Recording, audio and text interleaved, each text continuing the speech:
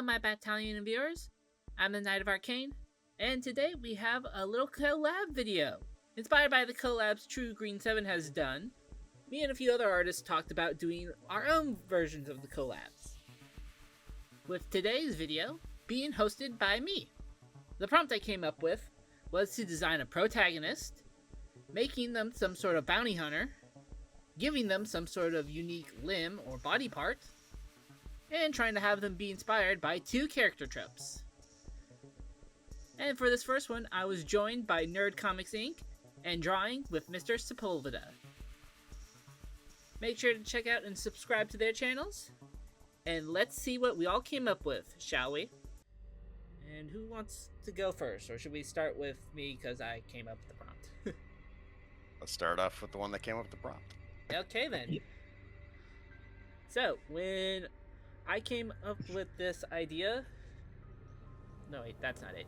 When I started thinking of the character, I know I was partially almost thinking something space.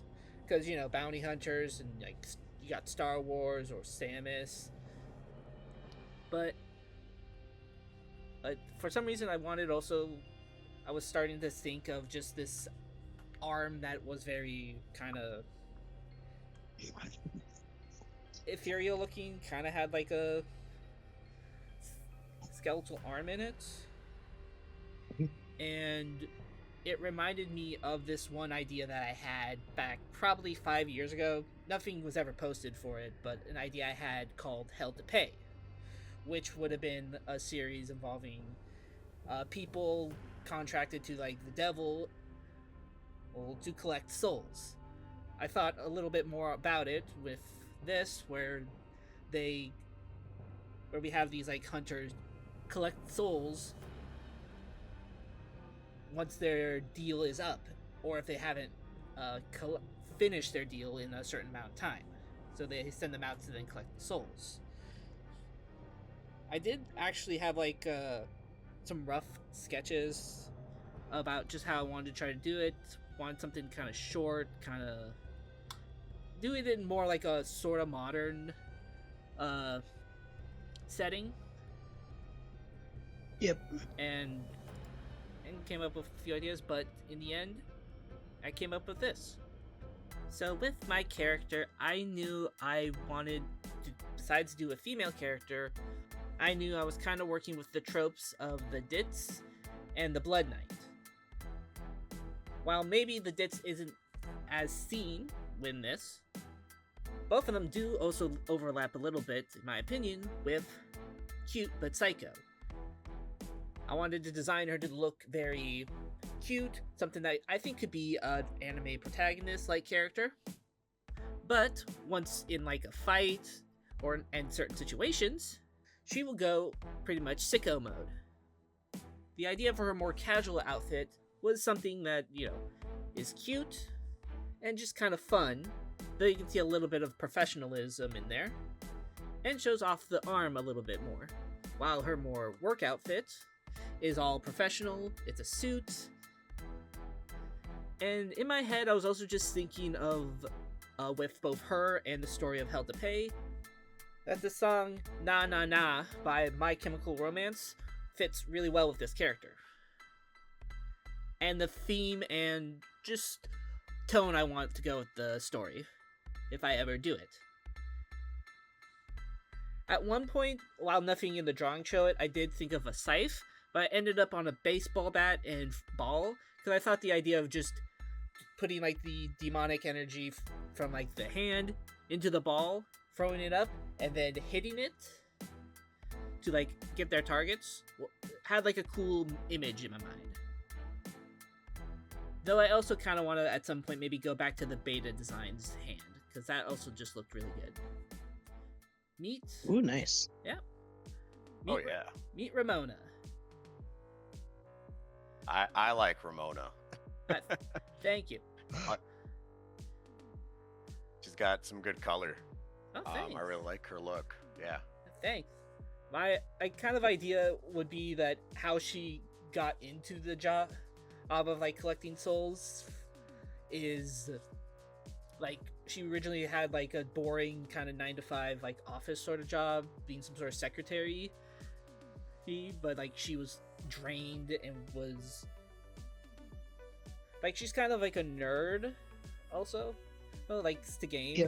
And then like her boss didn't meet a requirement on the contract, so soul hunters or whatever they will be called went after him, and she actually he defeated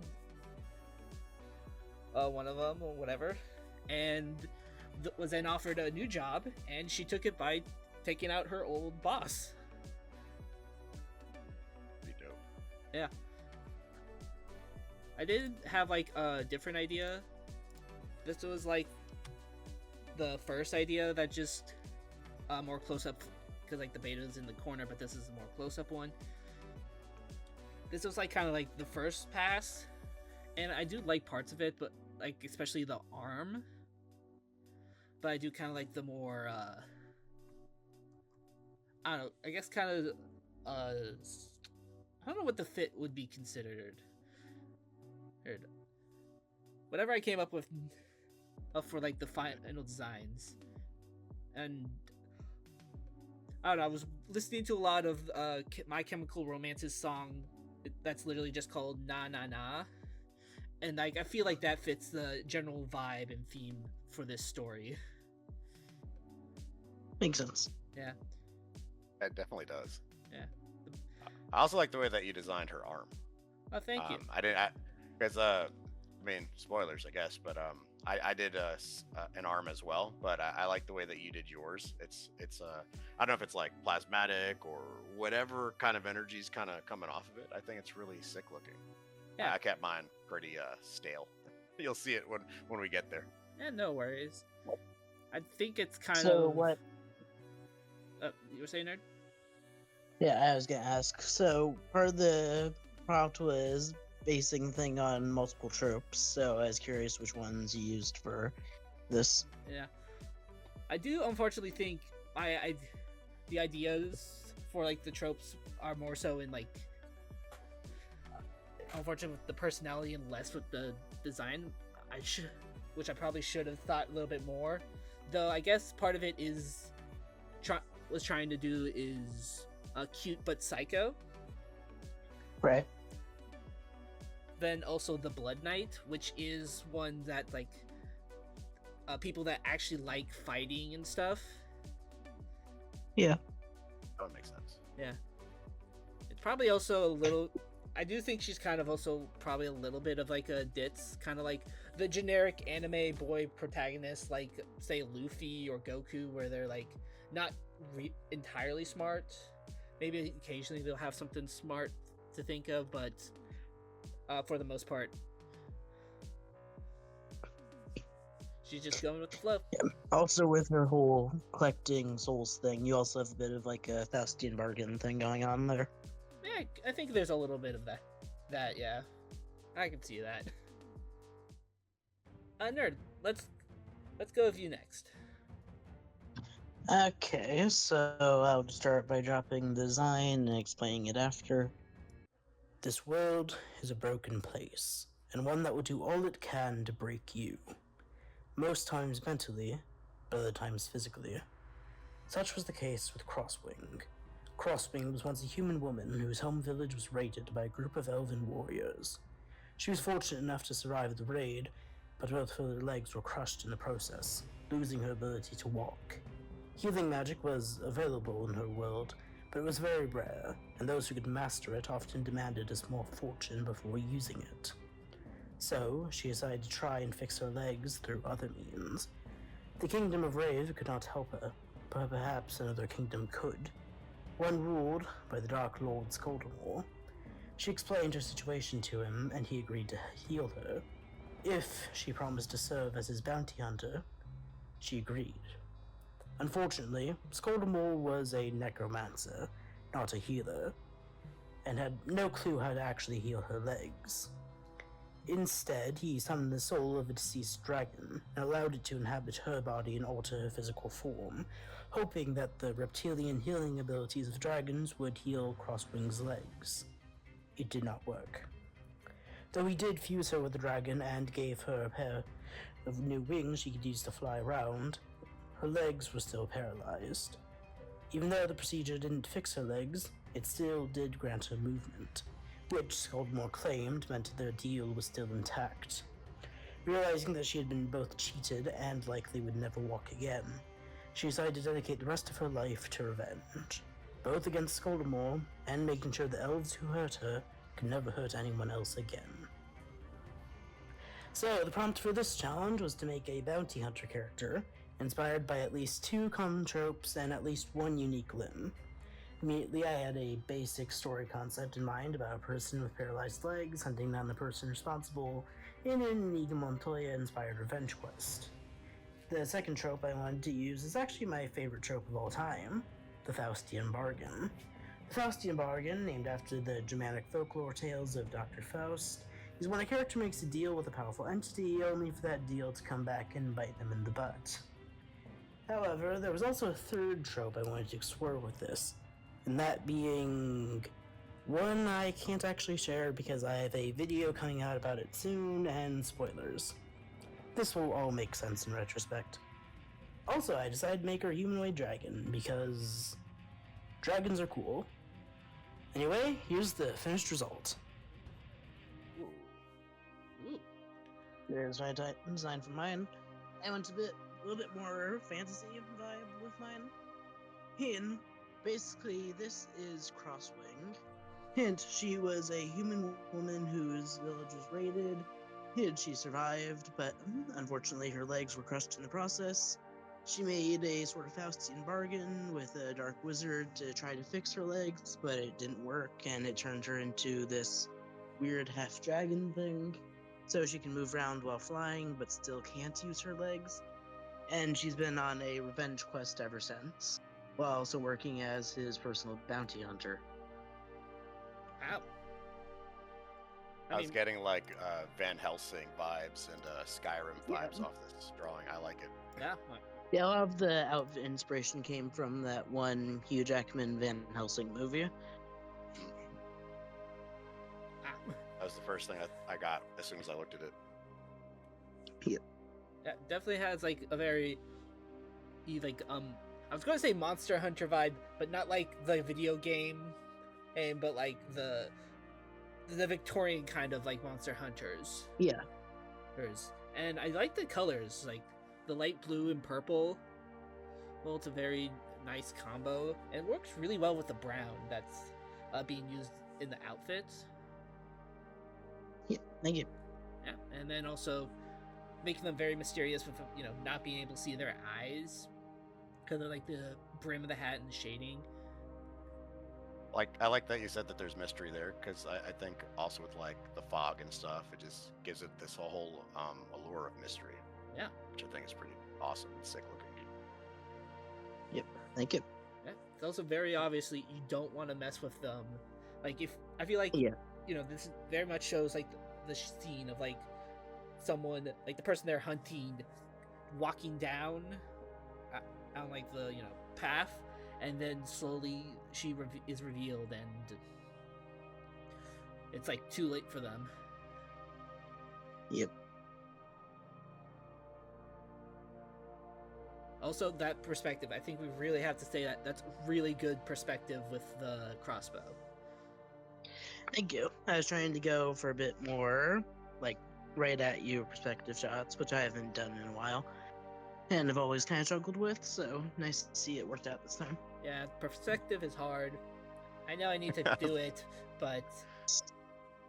I was gonna say, I'm the same way. I'm just like, I can't always nail it every time, but when I nail it, it looks really good, and I'm just excited. Yeah. It looks good. Also, the horns the horns work really good with the hat, because I've definitely tried to draw hats on characters that have horns, and it's not an easy thing to figure out. And it's still, the horns on her work and look, like it all works together. Yeah, I was gonna say, like hats and horns, they can kind of become perplexing, right? Because You're trying to figure out Yeah. how does that material behave when the horns are ripping right through. It is also So I think you did a good job. Yeah. Thank you. yeah, and it's also interesting to do like the character where they don't have like but where they don't have like the use of their lower legs, and you can still easily see that where like just how they are looking, and just like almost just hanging there. You can just feel they're just hanging there, or instead of like like it's drooping versus like being held up. Yeah. Very cool. yeah, they go.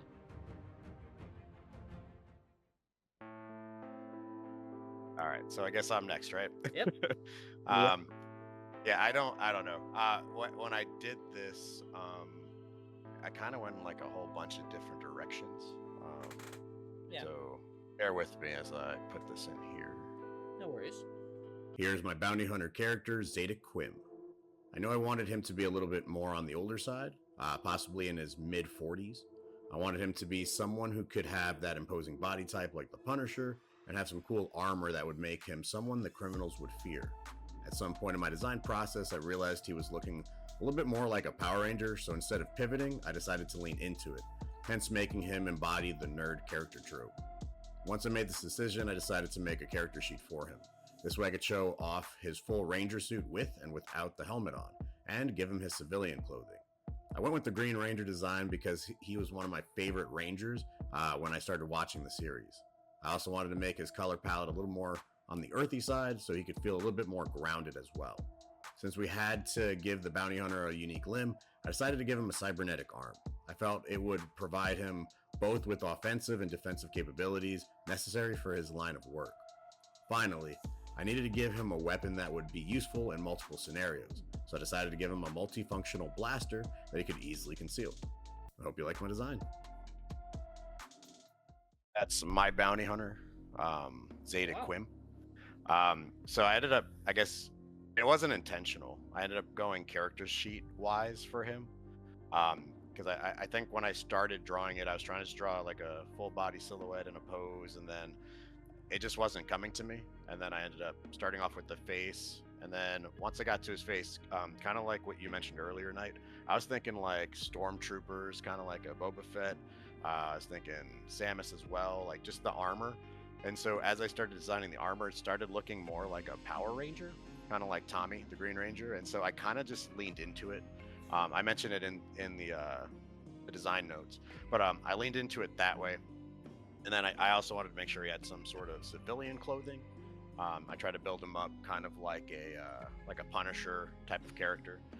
His arm is more or less inspired by like Colossus from the X-Men. He loves like just metal arm, something that could be used for like offense and defensive purposes. And then I wanted to give him like a weapon, so I gave him something called a Psy Blaster that had like 3 different settings. One for a plasma bolt, for kind of like the kill. We had a stun, just in case he had to get some information off of his hit, and then explosive grenades in case we just need to like wipe everything out. And then the tropes that I don't know. I feel like there's 3 tropes here. So the obvious one is the nerd, because of his fixation with like the Power Rangers. So I put that into like his like little hunting or hitman kind of suit. I wanted him to be a loner because I felt like that was necessary. And I got a little lore behind him, but I'll tell you that lore in just a little bit. But I also wanted him to be a time traveler. So I felt like he was coming back in time, almost like Terminator style, to stop someone before something massively apocalyptic, dark, whatever was going to take place in his timeline. Nice. Yep. So like, Sounds like a cool concept. so like, Power Rangers. So do like Power Rangers exist in the universe, or like some sort of Super Sentai? Yeah, he was like a huge nerd, but that somehow found materials for it in like the post-apocalypse, went back in time, and then pretty much became a Power Ranger bounty hunter. Yes, this is the way that I'm liking. I like your take on it, but yeah, essentially that. I He feel- just wanted to wear. He just wanted to be a ranger, I guess, like a hero by heart. But it's a little weird, I guess, because I don't even mention it in the story that I have over here. I mean, fair. Fair. You're already dealing with like time travel. In a way, you made Time Force meets Terminator, I guess. Yeah, no, for sure. Yeah, I would have called it Cable with Special Interest, but Oh, that one sounds good. I mean, sounds good. that is also true. That is also true. I also Oh man. I think Ark's gonna like this character. They just have like that face that I know that Ark really likes in their characters, because they like that one gentleman character in My Hero. My Hero. Yeah. Yeah, so I can see them very much liking this character, because that face, it has that vibe almost. Yeah, I don't even know where I came up with it. I just started putting in like facial hair, and then I was like, I'll just give him a fade on the sides and just put this hair on the top. I don't know. I didn't have a reference. I just kind of drew when I did it.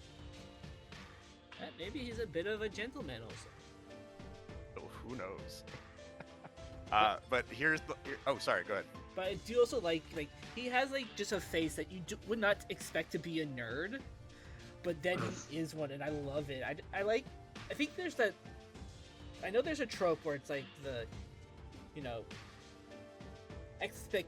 about expectations. I'm blanking on it, but you expect them because they look like this, they wouldn't be like interested in certain things and all. But the fact that he looks like this and he's a nerd is just really good. It defies expectations. Like That's it. It's almost like a bit of reverse of the crouching moron trope. Like crouching moron, hidden fighter trope. Yeah, I so see him like having a softer expression the moment you start talking about rangers or dinosaurs or something that he's really into, and then he's just like this big softy. Fair. Honestly, I am seeing how the movements would happen for this, in all honesty. Oh, cool. I did write down a little something, so I'm going to share it with you. So it's kind of like his little bit of lore into what he's doing, but hopefully it's not too much. If it is, feel free to cut it out. But I wrote down that Zeta Quim is a bounty hunter from the future. He grew up an orphan in the slums of a futuristic city. He was taken in by a group of bounty hunters and trained to become a killer and a fighter. In a training session gone wrong, Zadig lost his left arm and had it replaced with a cybernetic one. The alloy is nearly indestructible and grants him incredible strength and protection from blades and bullets. Not everything was dark and grim in his upbringing. Zadig grew up loving retro movies and shows like Star Wars, Jurassic Park, and the Power Rangers. He fashioned himself armor that resembled the Green Ranger of the 1990s. Zadig's favorite dinosaur is the Styracosaurus, and he decided to create an emblem of this dinosaur on his chest armor. One day, Zadig's bounty hunter family were out on a hit that went sideways. They were wiped out by a criminal named Barillos. Barillos was raising an army of the city's most nefarious criminal families. Under Barillos' rule, the city was taken over and many lives were lost. Zadig got a mission from his employer to take out Barillos. When the order came through, Zadig decided that this would be a hit that he would do for free. Zadig wanted revenge, and he finds himself an inventor that was able to create a device that allowed Zadig to travel back in time to a point before Barillos became a threat. It is now Zadig's mission to end the life of the future crime lord. So that's kind of what I wrote down for his sort of, I guess, lore and backstory. I could see this somehow, like, they go back in time, and what was it, Zorillos? Yeah, Barillos, yeah, with the B. Yeah, Barillos, like, go back in time, like, to end Barillos, but it's like they're like a kid, and they're very much like Power Rangers, and this guy and Zadig becomes like almost like the cool uncle that, and just inspires him somehow to become good instead of like killing him. Oh yeah, I could see it taking a different twist like that, absolutely. And also, you say like he likes Star Wars. I definitely see that also with like the outfit. It does feel very like Han Solo like in a way. I guess also the fact that he has like a pistol that helps it too. It's gonna draw it really quick.